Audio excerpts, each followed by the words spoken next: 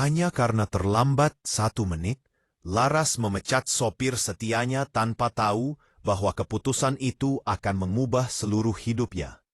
Siapa sangka pria yang ia anggap hanya karyawan biasa, ternyata punya hubungan darah yang tak pernah ia bayangkan.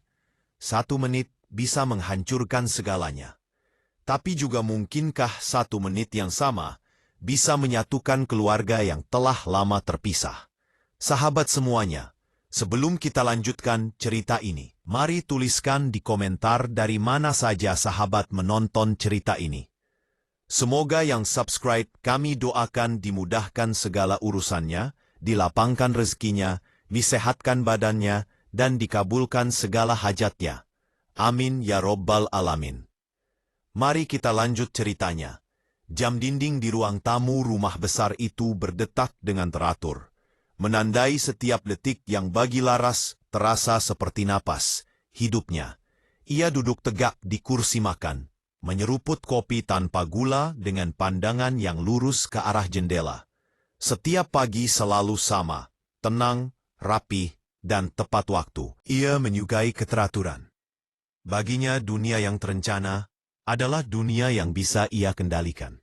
Sejak kecil, ayahnya selalu berkata, kedisiplinan adalah cermin dari harga diri. Ras, kalau kamu tidak bisa menepati waktu, jangan harap orang lain akan menghargaimu. Kata-kata itu melekat kuat di benaknya menjadi prinsip hidup yang tidak bisa diganggu-gugat. Pukul 6.29, Laras melirik jam tangannya. Biasanya pada menit ini, suara klakson mobil Andre sudah terdengar di halaman. Ia akan berjalan keluar rumah dengan langkah pasti, tas kerja di tangan kanan dan file di tangan kiri. Namun pagi ini, suara itu belum terdengar. Pukul 6.30, 1 menit lewat. Sekilas Laras menatap jamnya lagi. Mungkin jamnya yang sedikit lebih cepat, tapi detiknya bergerak sempurna. Tak ada yang salah. Dahinya mengerut. Ia berdiri, membuka tirai dan menatap ke arah gerbang yang masih tertutup rapat. Jalan di depan rumahnya sepi. Tidak ada mobil hitam yang biasanya menunggu dengan mesin menyala. Menit, hanya 1 menit. Tapi bagi Laras itu cukup untuk menilai. Ia menarik napas, meletakkan cangkir kopinya ke meja dengan bunyi pelan namun tegas, lalu mengambil ponselnya. Ia menekan nomor Andre tanpa berpikir panjang. 3 kali nada sambung, barulah terdengar suara di ujung sana. Selamat pagi, Bu Laras. Maaf, di mana kamu, Andre? Potong Laras dingin. Di jalan, Bu. 500 meter lagi sampai gerbang. Seharusnya kamu sudah di depan rumah 1 menit yang lalu. Saya tahu, Bu. Ada sedikit. Tidak ada alasan untuk waktu. Sahut Laras cepat. 1 menit bisa mengubah banyak hal. Andre, saya tidak suka ketidakdisiplinan. Andre terdiam, suaranya tertahan di ujung lidah. Ia ingin menjelaskan, tapi Laras sudah menutup telepon. Beberapa detik kemudian, suara mesin mobil terdengar dari luar. Laras melangkah keluar dengan wajah tenang, tapi matanya menyimpan kemarahan yang tersamar. Andre turun dari mobil, membuka pintu untuknya dengan kepala tertunduk. Kemejanya sedikit kusut, wajahnya tampak lelahan, tapi ia tetap tersenyum sopan. Maaf, Bu. Tadi di jalan Laras menatapnya datar. Kamu terlambat 1 menit. Benar, Bu. Tapi, ada seorang, tidak ada tapi potong Laras lagi. Suaranya tegas nyaris tanpa emosi. Kamu sudah tahu peraturan saya. Tepat waktu adalah bentuk tanggung jawab. Saya tidak bisa mentoleransi kelalaian sekecil apapun itu. Andre menelan ludah. Ia tahu tidak ada gunanya berdebat. Dalam 4 tahun bekerja dengan Laras, ia paham bahwa bosnya itu bukan tipe yang bisa diyakinkan dengan kata-kata. Ia hanya bisa menunduk, menerima dengan tenang setiap keputusan yang sudah dibuat. Saya mengerti, Bu, ucapnya pelan. Terima kasih atas kepercayaannya selama ini. Laras terdiam sejenak. Kalimat itu terdengar terlalu tenang untuk seseorang yang baru saja kehilangan pekerjaannya. Tapi ia mengabaikannya. Ia membuka pintu mobil dan duduk di kursi belakang tanpa sepatah kata pun. Andre tidak ikut masuk. Ia hanya berdiri di samping mobil, menatapnya dengan pandangan yang sulit diartikan, antara sedih, kecewa, tapi juga penuh pengertian.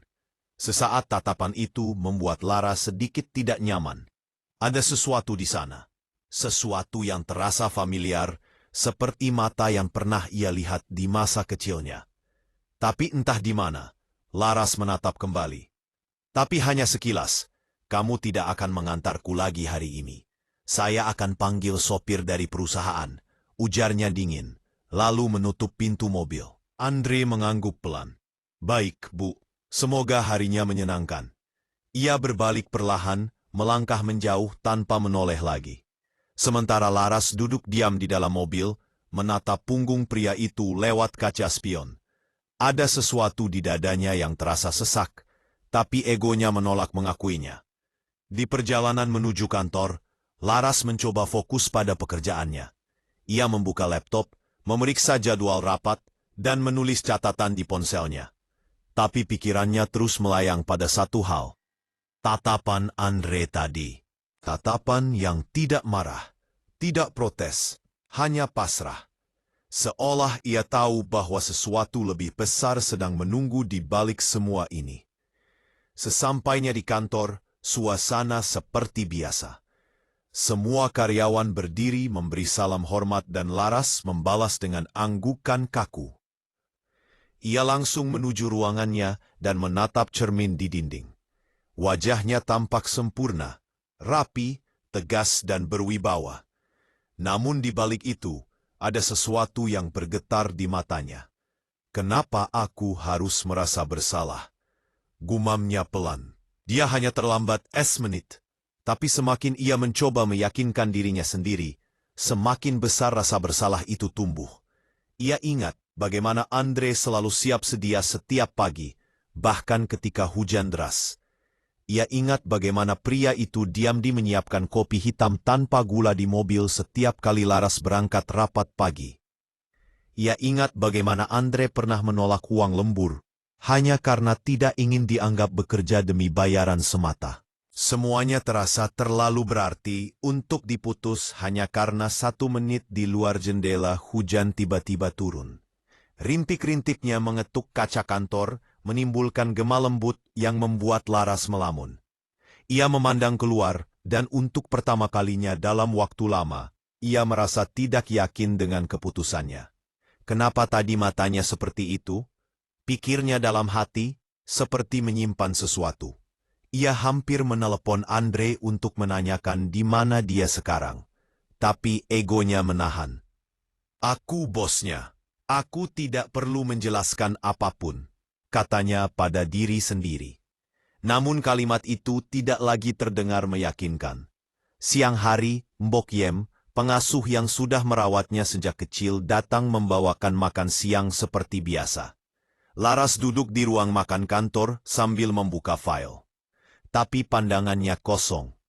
Ndok, wajahmu kok kelihatan tegang gitu? Tanya Mbok Yem sambil menaruh kotak bekal. Laras mengangkat wajah. Enggak apa-apa, Mbok. Cuma pagi tadi, Andre saya pecat-pecat. Mbok Yem terperanjat. Kenapa? Nduk, terlambat 1 menit. Jawab Laras ringan. Seolah itu hal kecil.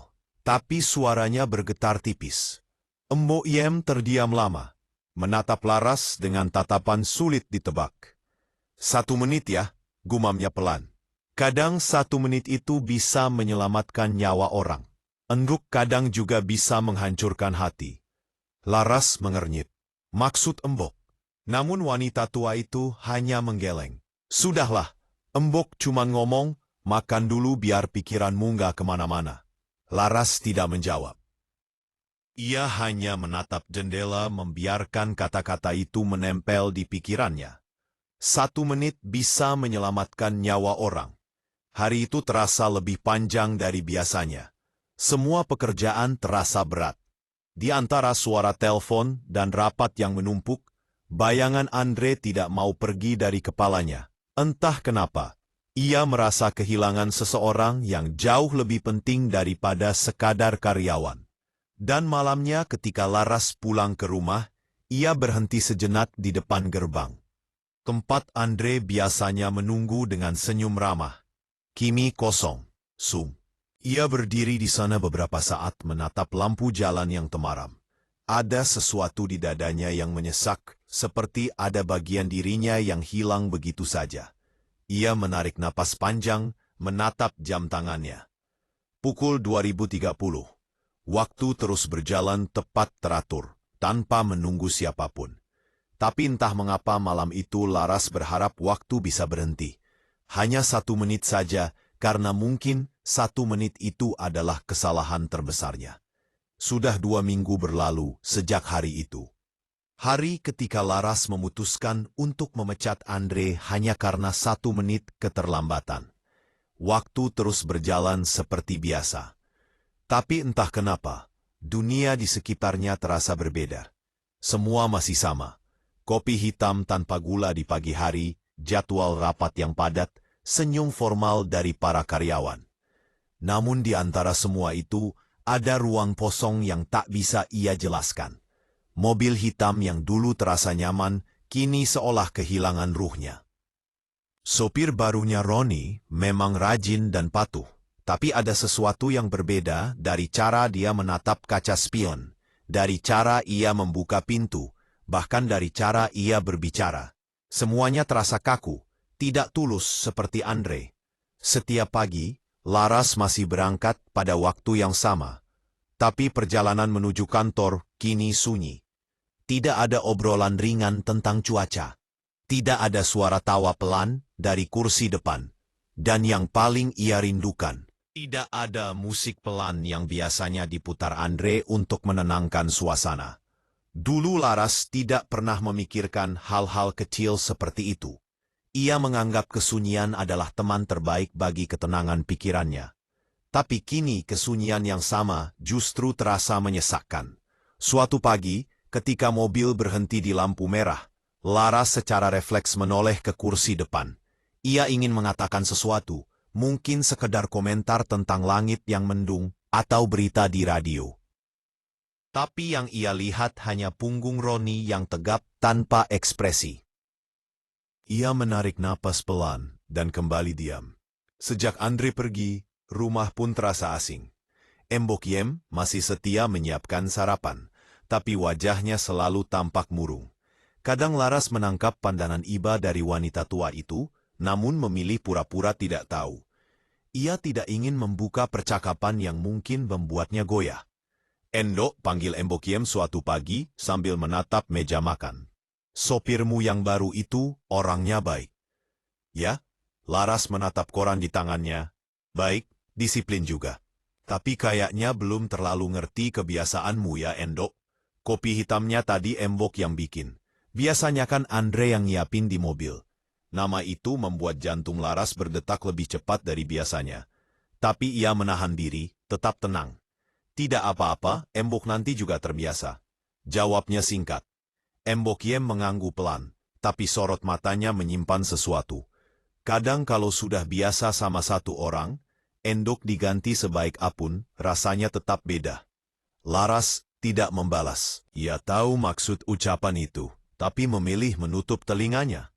Ia bangkit, mengambil tas, lalu berjalan keluar rumah tanpa sepatah kata. Di mobil, Laras menatap kaca jendela. Bayangan dirinya yang dingin memantul di sana. Seorang wanita muda sukses, dengan rambut disanggul rapi, wajah tanpa celah, dan mata yang selalu terlihat fokus. Tapi di balik pantulan itu, ada kegelisahan yang tak bisa ia sembunyikan. Sesampainya di kantor, ia langsung disambut oleh sekretarisnya, Dinda. "Selamat pagi, Bu Laras.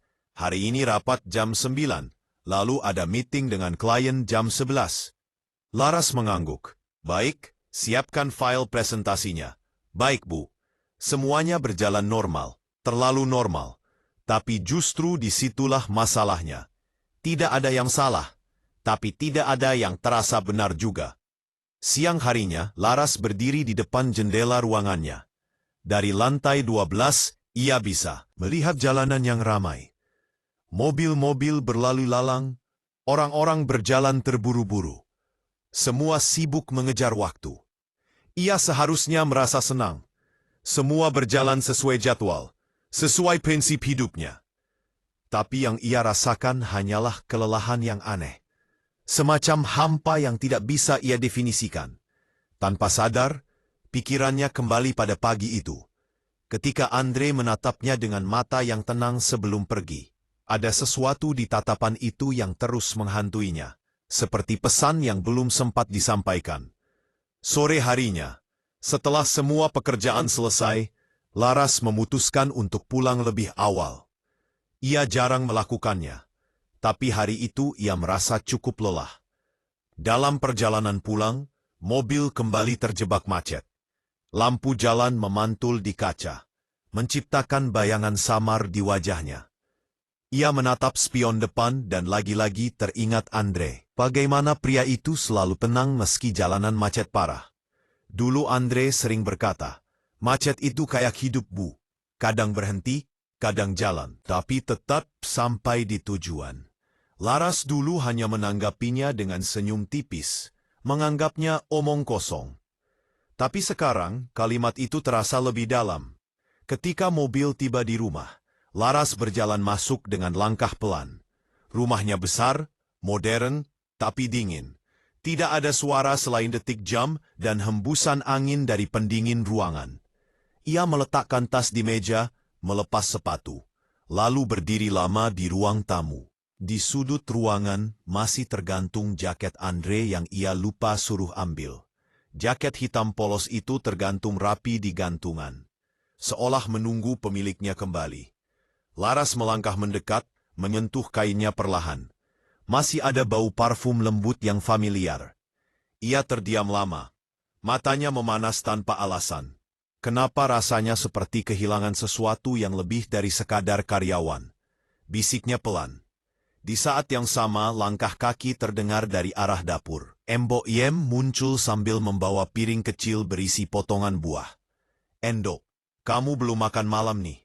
Mbok bawain buah dulu. Terima kasih, Mbok. Jawab Laras lirih, lalu menaruh piring di meja.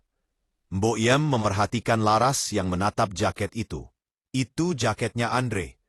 Ya, Mbok pikir dia udah ambil. Laras menggeleng pelan. Belum, saya lupa suruh dia ambil waktu itu. Wanita tua itu menarik kursi dan duduk pelan. Kalau kamu mau, Mbok bisa hubungi Andre. Suruh dia ambil barangnya. Sekilas Laras ingin mengatakan tidak usah. Tapi kalimat itu terhenti di tenggorokannya. Ia hanya menjawab, nanti saja Mbok. Hening sejenak.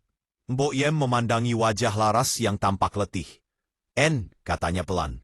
Kadang orang yang paling ngerti kita itu bukan karena dia pintar atau rajin, tapi karena dia tulus. Andre itu tulus. Enduk Laras menatap wanita tua itu lama.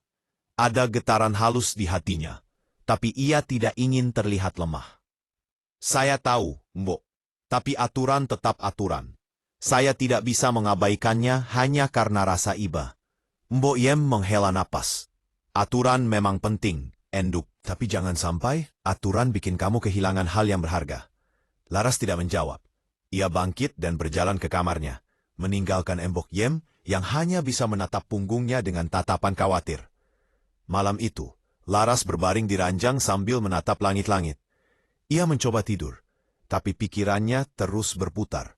Suara hujan di luar jendela membuat suasana makin sunyi. Ia memejamkan mata. Tapi yang muncul justru wajah Andre. Tenang, sabar, dan penuh arti. Ia ingat bagaimana Andre selalu menyalakan musik klasik di pagi hari. Bagaimana ia hafal jalan pintas ke kantor tanpa perlu diberitahu. Dan bagaimana ia selalu menepuk bahu Laras dengan sopan setiap kali ia tampak stres. Semua kebiasaan kecil itu kini menjadi kenangan yang menusuk. Malam makin larut. Laras bangkit, berjalan ke jendela, dan memandangi halaman depan rumah. Hujan turun deras, membasahi mobil yang terparkir di garasi. Dalam hatinya, ia mengakui satu hal yang tak pernah ia ucapkan. Keputusannya yang dulu tampak benar, kini terasa seperti kesalahan yang besar. Semenit keterlambatan, satu keputusan yang terburu-buru. Dan kini keheningan menjadi teman yang paling setia, tapi juga yang paling menyakitkan. Laras menyandarkan kepala di kaca jendela. Napasnya berat. Untuk pertama kalinya, ia merasa tidak yakin pada prinsip yang selama ini ia anggap mutlak. Karena tanpa disadari, kehilangan seseorang seperti Andre membuatnya sadar. Ketepatan waktu tidak selalu lebih berharga dari ketulusan hati. Malam itu, hujan turun pelan, mengetuk jendela seperti bisikan yang tak henti-henti. Laras baru saja menyelesaikan pekerjaannya di ruang kerja rumah. Lampu meja menyinari tumpukan berkas yang belum sempat ia sentuh. Tapi pikirannya tak lagi fokus pada angka dan laporan. Matanya lelah, tapi hatinya lebih lelah lagi. Sejak Andre pergi, malam-malamnya terasa panjang dan hening yang menyelimuti rumah itu, seperti memantulkan suara pikirannya sendiri. Ia menutup laptopnya, memijat pelipis. Dari arah dapur, samar-samar terdengar suara. Awalnya ia mengira hanya suara panci atau sendok yang beradu. Tapi setelah beberapa detik ia mendengar sesuatu yang lain. Isak pelan Laras menajamkan pendengaran isak itu. Suara Mbok Yem. Ia berdiri perlahan berjalan ke arah dapur. Dari balik dinding ia melihat Mbok Yem duduk di kursi kecil di dekat kompor. Punggungnya membungkuk, tangan menutupi wajahnya. Suaranya bergetar di antara tangis tertahan. Ya Allah Andre, kenapa kamu harus sebaik itu nak? Langkah Laras terhenti. Dadanya bergetar aneh mendengar nama itu lagi. Nama yang sudah 2 minggu ia hindari, tapi masih bergema di pikirannya setiap malam. Ia berdiri diam di ambang pintu. Ragu apakah harus masuk atau berpura-pura tidak tahu. Namun rasa ingin tahunya lebih kuat. Mbok, panggilnya pelan. Wanita tua itu sontak tak sentak. Buru-buru menghapus air mata dengan ujung kain sarungnya. Loh, Enduk, kok belum tidur? Udah malam loh, ujarnya tergesa, berusaha tersenyum, meski suaranya masih parau. Laras melangkah masuk, menarik kursi, dan duduk di hadapan Mbok Yem. Aku dengar Mbok menangis. Ada apa? Ah, nggak apa-apa. Enduk, Mbok cuma kangen almarhum suami Mbok. Tiba-tiba ingat aja. Jawabnya terbata. Tapi Laras tahu, alasan itu tidak jujur. Ia menatap langsung ke mata wanita itu. Aku dengar Mbok nyebut nama Andre. Mbok Yem terdiam. Wajahnya menegang lalu menunduk dalam. Ia memainkan jari-jarinya di pangkuan, tidak berani menatap balik. Oh, itu Mbok cuma kepikiran aja. Endok, kasihan dia. Laras mencondongkan tubuhnya sedikit. Kasihan, kenapa? Hening yang terdengar hanya suara hujan yang makin deras di luar. Mbok Yem tidak menjawab. Laras bisa melihat bahunya bergetar halus. Mbok tahu sesuatu tentang Andre. Ya, tanya Laras. Hati-hati. Wanita tua itu menggeleng cepat, tapi air matanya kembali menetes. Endok, tolong jangan tanya dulu. Ada hal-hal yang lebih baik enggak kamu tahu sekarang. Kenapa Mbok? Suara Laras meninggi sedikit. Aku cuma pengen tahu kenapa Mbok sedih setiap kali nama Andre disebut. Apa ada sesuatu yang aku nggak tahu? Mbok Yem menatap Laras dengan mata yang basah. Enduk, kamu anak baik, tapi kadang kebaikan gak cukup buat terima semua kenyataan. Kata-kata itu membuat Laras merinding. Ia menatap Mbok Yem lama, tapi wanita itu menunduk lagi, menolak bicara lebih lanjut. Laras akhirnya berdiri, menatapnya dengan nada kecewa. Baik, kalau nggak mau cerita, aku nggak akan maksa. Tapi jangan salahkan aku kalau nanti aku tahu dari orang lain. Laras berjalan kembali ke kamarnya. Tapi bahkan setelah menutup pintu, suara tangis pelan itu masih terngiang di telinganya. Malam itu ia tidak bisa tidur. Ia berbaring sambil menatap langit-langit. Pikirannya penuh dengan pertanyaan yang tak punya jawaban. Apa hubungan Yem dengan Andre? Kenapa sampai menangis memikirkan dia? Dan yang paling menghantuinya, kenapa setiap kali ia berusaha melupakan Andre, justru makin banyak hal yang mengingatkannya pada pria itu. Keesokan harinya, Laras berangkat ke kantor dengan wajah pucat. Roni, sopir barunya, sempat melirik lewat kaca spion. Bu, ibu kurang enak badan. Tidak, jalan saja, jawab Laras singkat. Namun di perjalanan, pikirannya jauh melayang. Ia tak bisa menghilangkan bayangan Mbok Yem yang menangis. Ada sesuatu yang berat di balik nama Andre. Sesuatu yang mungkin selama ini disembunyikan dari dirinya. Setibanya di kantor, Dinda datang membawa koran harian. Bu, ini koran pagi. Ada berita sosial yang cukup menarik. Mungkin ibu mau lihat. Laras hanya mengangguk.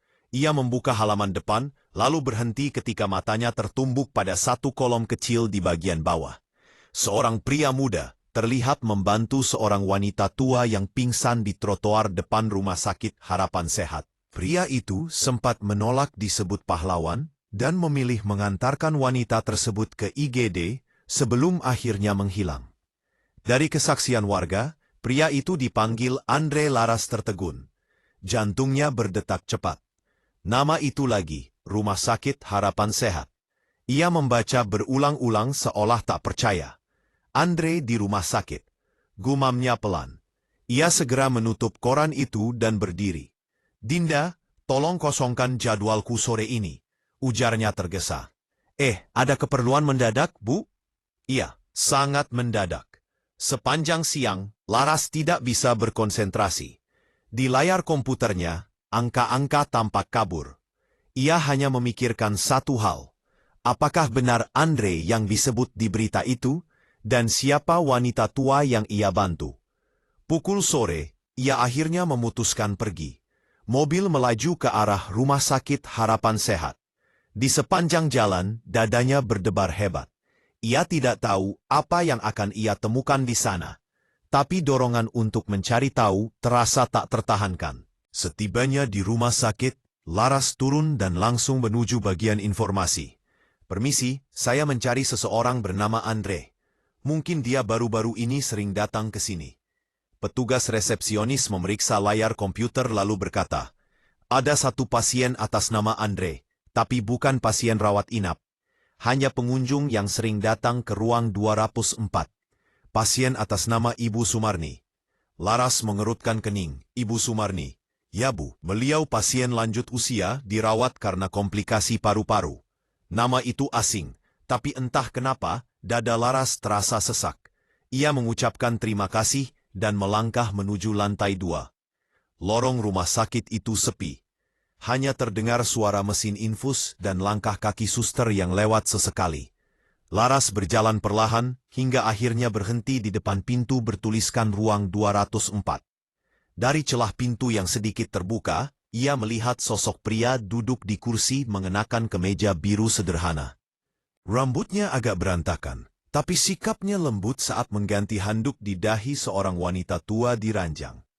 Laras menahan napas. Itu Andre. Ia berdiri mematung beberapa saat, tidak berani masuk. Ada ribuan pertanyaan yang menyesaki kepalanya. Kenapa dia di sini? Siapa wanita itu? Dan kenapa terlihat begitu penuh kasih? Namun sebelum ia sempat mengetuk pintu, Andre menoleh seolah merasakan tatapannya.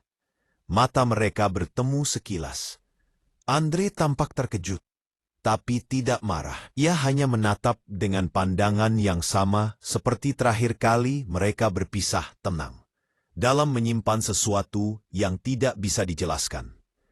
Laras spontan melangkah mundur. Ia tidak sanggup menatap lebih lama. Ia berbalik berjalan cepat meninggalkan lorong itu sebelum air matanya jatuh. Dalam perjalanan pulang, hujan kembali turun. Laras memandangi tetesan air di kaca mobil dengan pikiran kalut. Ada perasaan bersalah. Enmang membuncah di dadanya. Bukan hanya karena memecat Andre, tapi juga karena baru sadar betapa sedikit yang ia tahu tentang pria itu. Di rumah, Embokien menunggunya di ruang tamu. Wajah wanita itu tampak cemas. Dari mana? Enduk. Dari rumah sakit, jawab Laras tanpa menatap. Embokien terdiam lalu menghela napas panjang. Jadi kamu sudah tahu ya? Laras menoleh cepat. Tahu apa? Embok.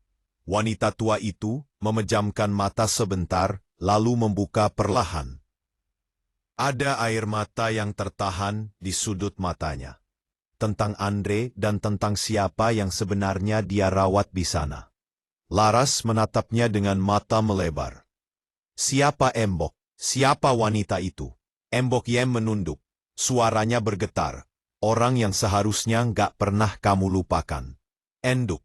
Dan malam itu untuk pertama kalinya, Laras merasa bahwa suara tangisan di dapur bukan sekadar kesedihan, tapi pintu menuju rahasia yang akan mengubah seluruh hidupnya.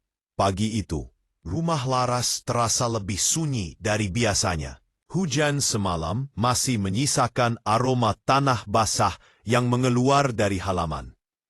Di ruang tamu, jam dinding berdetak pelan. Setiap detiknya terdengar lebih lambat, seolah waktu menolak bergerak. Laras duduk di kursi dekat jendela, menatap keluar, tapi pikirannya jauh ke rumah sakit yang ia datangi semalam.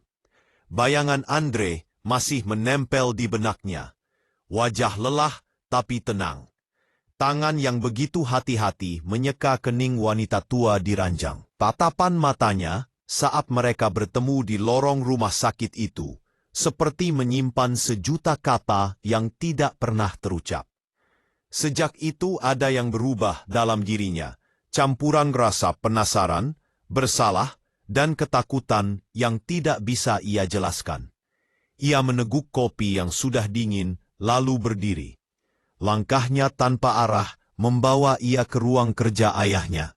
Ruangan yang sudah lama tidak dibuka sejak sang ayah meninggal. Pintu kayu itu berderit pelan ketika ia dorong. Aroma khas debu bercampur buku tua langsung menyeruak. Di dalam rak-rak tinggi berisi dokumen dan foto-foto lama. Di pojok ruangan ada lemari kecil dari kayu jati yang dulu sering digunakan ayahnya untuk menyimpan surat pribadi.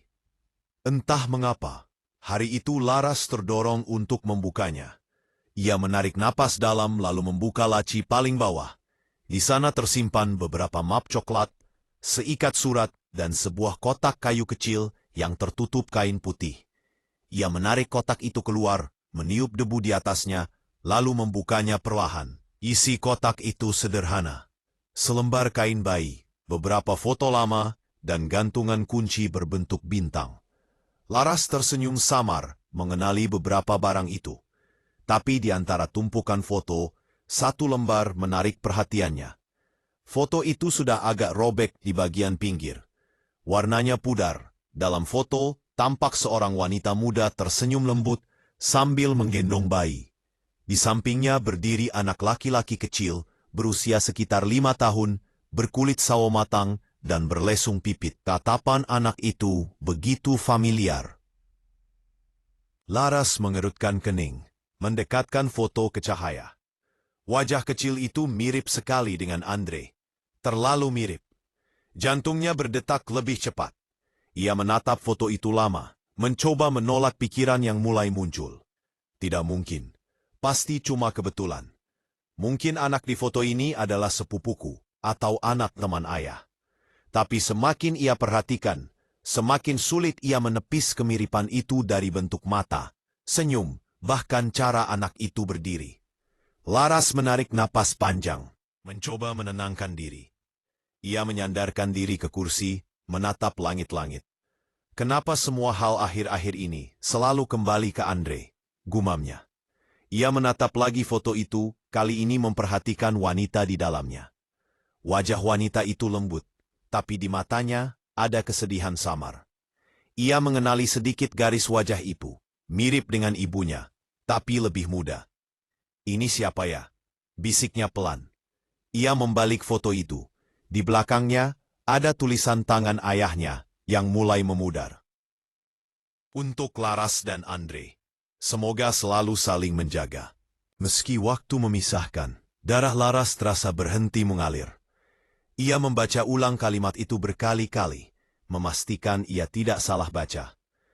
Laras dan Andre, tangannya bergetar hebat. Ia menatap tulisan itu lagi. Lalu foto itu. 2 anak di dalamnya, bayi dan anak laki-laki. Bayi itu bisa jadi dirinya, dan anak laki-laki itu tidak mungkin. Desisnya dengan suara gemetar. Tidak mungkin. Ia buru-buru menutup kotak itu.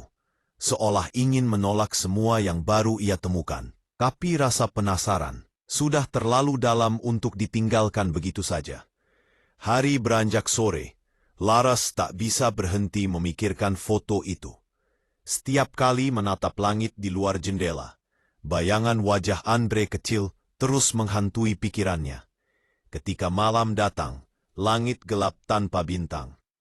Laras duduk di tepi ranjang, menatap foto yang kini ia letakkan di meja kecil di samping tempat tidur. Ia tahu, ada yang harus ia tanyakan. Tapi kepada siapa? Seakan menjawab pikirannya, pintu kamarnya diketuk pelan. Tok, tok, tok. Masuk, ucapnya tanpa berpaling. Pintu terbuka dan muncul sosok yang sudah ia kenal seumur hidup. Mbok Yem. Wajah wanita tua itu tampak lelah, tapi tatapannya dalam. Ia membawa secangkir teh hangat, menaruhnya di meja, lalu duduk di kursi dekat ranjang. Ujar Laras pelan. Kenapa akhir-akhir ini Mbok sering menangis? Ada hubungannya sama Andre kan? Mbok Yem terdiam lama. Tatapannya tertuju pada foto di meja. Ia memandanginya tanpa suara lalu perlahan menghela napas panjang. Enduk. Suaranya serak. Sepertinya waktunya kamu tahu sesuatu yang selama ini ibu simpan. Laras menatapnya tajam, sesuatu apa? Mbok. Wanita tua itu memejamkan mata sejenak, lalu berkata lirih. Tentang masa lalu keluarga kamu. Tentang seseorang yang kamu pikir cuma kebetulan hadir di hidupmu. Hening mengisi ruangan. Laras menggenggam ujung selimutnya erat. Maksud Mbok Andre. Mbok Yem menatapnya. Matanya berkaca-kaca. Iya, Endok. Tentang Andre. Suasana kamar mendadak terasa berat. Hujan kembali turun di luar, menambah dingin yang menusuk. Aku nemu foto ini, Mbok. Kata Lara sambil menyerahkan foto robek itu. Ada aku dan anak kecil yang mirip banget sama Andre. Di belakangnya ada tulisan tangan ayah. Mbok Yem menatap foto itu lama, lalu mengangguk pelan. Iya, itu memang kamu dan Andre waktu kecil. Laras menegakkan tubuhnya. Apa? Suara itu keluar lebih keras dari yang ia maksud. Ia memandangi Mbok Yem ayah. Jadi maksud aku dan Andre. Mbok Yem mengangguk lagi. Kali ini dengan air mata menetes di pipinya. Kalian berdua darah yang sama. Enduk kalian saudara. Laras membeku. Dunia seolah berhenti. Semua suara menghilang bahkan detak jantungnya pun tak terdengar. Tidak mungkin, ucapnya pelan. Nyaris tak bersuara. Tidak mungkin. Ayah nggak pernah cerita apa-apa. Mbok Yem menatapnya penuh iba. Ayahmu punya alasan. Dulu waktu kamu masih bayi, keluarga kalian menghadapi masa sulit. Ibumu sakit parah. Sementara Andre, anak pertama ayah dari pernikahan sebelumnya, tinggal bersama keluarga di luar kota. Setelah ibumu meninggal, ayah berusaha menjaga kamu, tapi juga ingin menebus masa lalu dengan Andre. Laras menatap kosong. Andre, anak pertama ayah. Iya, Endok. Tapi ayah memutuskan untuk tidak memberitahu kamu dulu. Ia takut kamu terluka, takut kamu merasa dibohongi. Dan Andre pun tidak tahu kalau kamu adalah adik kandungnya. Laras memegang kepala, mencoba mencerna semuanya. Jadi selama ini, dia nggak tahu. Mbok Yem menggeleng, tidak. Sampai sekarang, Andre belum tahu kalau kamu adiknya. Dia hanya tahu bahwa kamu anak dari keluarga yang pernah menolong dia waktu kecil. Air mata Laras menetes satu persatu. Segalanya terasa campur aduk. Marah, sedih, lega, hancur. Semua perasaan itu datang bersamaan. Ia menatap Yem dengan suara bergetar. Kenapa baru bilang sekarang? Mbok Yem menggenggam tangan Laras lembut, karena waktu sudah nggak bisa menunggu lebih lama. Enduk Andre mulai tahu sedikit demi sedikit. Dan kalau kamu nggak tahu duluan, aku takut kamu akan salah paham. Laras terisak. Ia menunduk menatap foto di tangannya. Selama ini aku marah merasa dikhianati padahal yang aku lawan adalah darahku sendiri. Mbok Yem mengusap punggung tangannya. Kamu nggak salah, Enduk. Kamu cuma belum tahu semuanya. Tapi sekarang kamu tahu, dan kamu punya pilihan mau menutup lembaran ini atau memperbaikinya sebelum terlambat. Laras tidak menjawab. Ia hanya memandangi foto itu, membiarkan air matanya jatuh membasahi kertas yang sudah rapuh. Di luar hujan mulai reda. Tapi di dalam hati Laras, badai baru saja dimulai. Hujan belum benar-benar berhenti malam itu. Rintiknya masih jatuh pelan di atap, menciptakan suara seperti detak jam yang tak sabar menunggu sesuatu pecah. Di kamar Laras, suasana sunyi berubah menjadi tegang. Setelah pengakuan pertama dari Mbok Yem, keheningan mendadak terasa menakutkan. Laras duduk di tepi ranjang. Wajahnya pucat, matanya merah karena menangis. Foto yang tadi ia temukan masih berada di pangkuannya. Ujungnya kini sedikit basah oleh air mata. Di depannya, embok ia menunduk. Kedua tangannya saling meremas di pangkuannya sendiri, seolah takut pada kata-kata yang baru saja keluar dari mulutnya. Jadi selama ini, ayah menyembunyikan semua ini. Suara Laras pelan, nyaris seperti bisikan. Aku punya saudara laki-laki, dan dia Andre. Mbok Yem menarik napas panjang, tapi tidak langsung menjawab. Tidak sesederhana itu, Enduk. Semuanya lebih rumit dari yang kamu bayangkan. Laras menatapnya antara bingung dan takut. Apa maksud Mbok? Wanita tua itu menggigit bibir bawahnya seolah berusaha menahan sesuatu yang sudah lama ingin keluar. Lalu perlahan ia mulai bicara. Suara lirihnya menembus dinginnya malam. Dulu sebelum kamu lahir, ibumu pernah melahirkan bayi laki-laki di rumah sakit kecil di kampung halaman. Bayi itu sehat, tapi beberapa jam setelah lahir, perawat bilang bayi itu meninggal karena komplikasi. Laras membeku. Meninggal. Mbok Yem mengangguk pelan. Ya, itulah yang semua orang tahu. Tapi aku ada di sana malam itu, Endu. Aku tahu sesuatu nggak beres. Waktu aku mau lihat bayinya untuk terakhir kali. Perawat itu melarangku masuk. Katanya jenazahnya sudah dibawa. Aku curiga. Tapi aku cuma pembantu. Aku nggak bisa melawan atau menuntut. Laras menelan ludah. Jadi Mbok tahu kalau bayi itu mungkin masih hidup. Air mata Mbok Yemai menetes. Aku baru tahu bertahun-tahun kemudian, waktu aku dengar kabar tentang seorang tetangga di kampung Burahayu namanya yang tiba-tiba punya bayi. Padahal semua orang tahu dia nggak pernah hamil. Bayi itu muncul beberapa minggu setelah kejadian di rumah sakit dan wajahnya mirip sekali dengan ayahmu waktu muda. Laras menutup mulutnya dengan tangan. Napasnya tersengal seolah udara mendadak menipis. Jadi bayi yang katanya meninggal itu diambil oleh tetangga ayah. Iya, Endo. Suara Mbok Yem gemetar. Burahayu dan suaminya nggak punya anak. Mereka orang baik, tapi putus asa. Dari kabar yang aku dengar, perawat di rumah sakit waktu itu kenal dengan Burahayu. Mereka tukar bayi itu diam-diam. Dan ayahmu nggak pernah tahu. Laras menggeleng tak percaya. Tidak mungkin. Mbok itu terlalu gila. Mbok Yem menatapnya dalam-dalam. Aku pun dulu nggak percaya. Enduk, tapi waktu kamu sudah besar dan ayah pindah ke Jakarta, aku pernah pulang kampung. Aku sempat lihat anak laki-laki itu sudah beranjak remaja dan aku yakin itu Andre. Nama itu keluar seperti petir di tengah kesunyian. Laras menegang. Matanya menatap kosong ke arah foto di